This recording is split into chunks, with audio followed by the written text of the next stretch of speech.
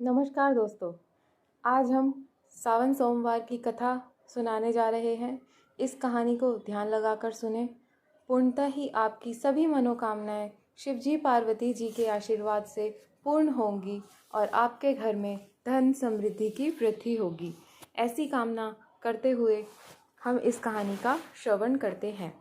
पुराने समय की बात है। एक नगर में एक साहूकार रहता था। साहूकार के घर में धन की कोई कमी नहीं थी, लेकिन उसके कोई संतान नहीं थी।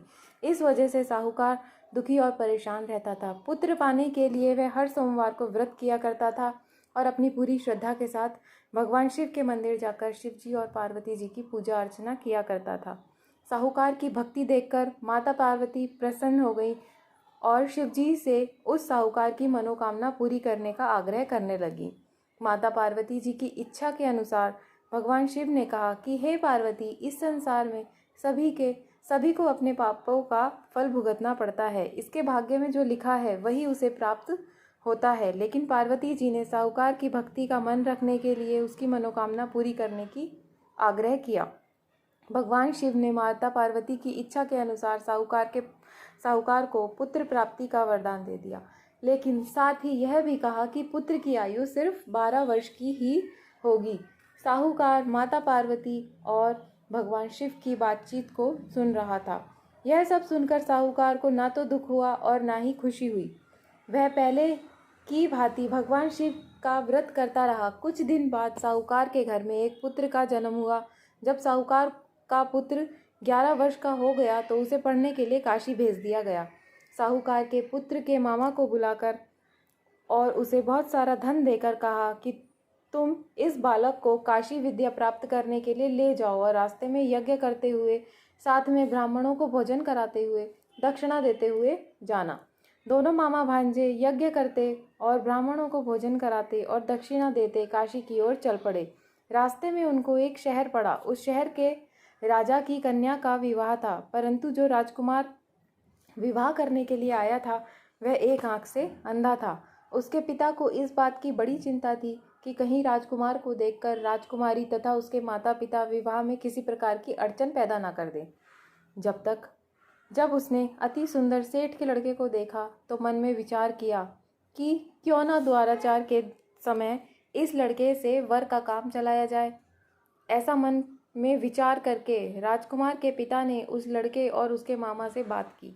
इस बात पर वे दोनों राजी हो गए। फिर उस साहूकार के बेटे को वर के कपड़े पहनाकर तथा घोड़ी पर बैठाकर कन्या के द्वार पर ले जाया गया। सभी कार्य पूर्णतः ही पूर्ण हो गए। राजकुमार के पिता ने सोचा कि यदि विवाह कार्य भी इसी लड़के से करा दिया जाए तो क्या बुराई है। ऐसा विचार करके लड़के और उसके मामा ने कहा कि यदि आप फेरों और कन्यादान के काम को भी करा दें तो आपकी बड़ी अति कृपा हो। इसके बदले मैं आपको बहुत सारा धन दूंगा। दोनों ने इसे सहर्ष स्वीकार कर लिया और विवाह कार्य भी बहुत अच्छी तरह संपन्न हो गया। सेठ का पुत्र जिस समय जाने लगा तो उसने राजकुमारी की चुंदड़ी के पल्ले पर लिख दिया, तेरा विवाह मेरे साथ हुआ, परंतु जिस राजकुमार के साथ तुमको भेजेंगे वह एक आंख से काना है। मैं काशी जी पढ़ने जा रहा हूँ। सेठ के लड़के के जाने के पश्चात राजकुमारी ने जब अपनी चुंदड़ी पर ऐसा लिखा देखा तो उसने काणे राजकुमार के साथ जाने से इनकार कर दिया। उसने अपने माता पिता को सारी बात बता दी और कहा कि यह मेरा पति नहीं है, मेरा विवाह इसके साथ नहीं हुआ है। जिसके साथ मेरा विवाह हुआ है वह तो काशी जी पढ़ने गया है। राजकुमारी के माता पिता ने अपनी कन्या को विदा नहीं किया और बारात वापस चली गई। उधर सेठ का लड़का और उसका मामा काशी जी पहुंच गए। वहां जाकर उन्होंने यज्ञ करना और लड़के ने पढ़ना शुरू कर दिया। जिस दिन लड़के की आयु 12 साल की हुई उस दिन उन्होंने यज्ञ रचा रखा था। लड़के ने अपने मामा से कहा, मामा जी आज मेरी तबीयत कुछ ठीक नहीं लग रही है। तो मामा ने कहा, अंदर जाकर सो जाओ। लड़का अंदर जाकर सो गया और थोड़ी देर में उसके प्राण निकल गए। जब उसके मामा ने आकर देखा कि उसका भांजा मृत पड़ा है तो उसे बड़ा दुख हुआ। उसने सोचा कि अगर मैं अभी रोना पीटना मचा दूंगा तो यज्ञ का कार्य अधूरा रह जाएगा। अतः उसने जल्दी से यज्ञ का कार्य समाप्त करके ब्राह्मणों के जाने के बाद रोना पीटना शुरू कर दिया। संयोगवश उसी समय शिवजी और पार्वती जी उधर से जा रहे थे। जब उन्होंने जोर जोर से रोने की आवाज़ सुनी तो पार्वती जी कहने लगी, महाराज कोई दुखिया रो रहा है, इसके कष्ट को दूर कीजिए। जब पार्वती जी और शिव जी वहाँ पहुँचे तो उन्होंने पाया कि वहाँ एक लड़का है जो आपके वरदान से ही उत्पन्न हुआ था। शिव जी ने कहा, हे पार्वती, इसकी आयु इतनी ही थी, यह अपना भोग चुका है।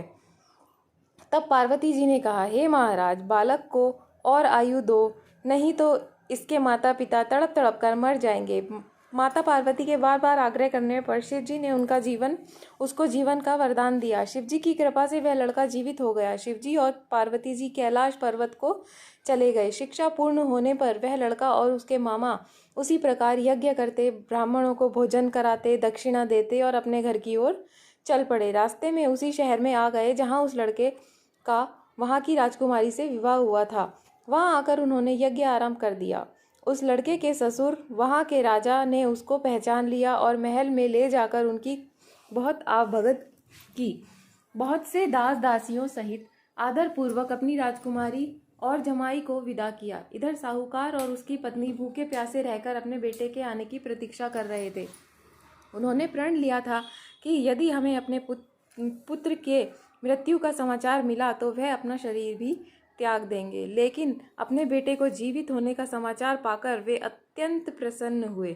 उसी प्रकार भगवान शिव ने साहूकार के सपने में आकर कहा कि मैं तेरे सोमवार का व्रत करने और सोमवार व्रत की कथा सुनने से प्रसन्न होकर तेरे पुत्र को लंबी आयु प्रदान कर रहा हूँ। इस प्रकार जो भी सोमवार का व्रत करता है या सोमवार व्रत कथा सुनता है, उसके सभी दुख दूर होंगे।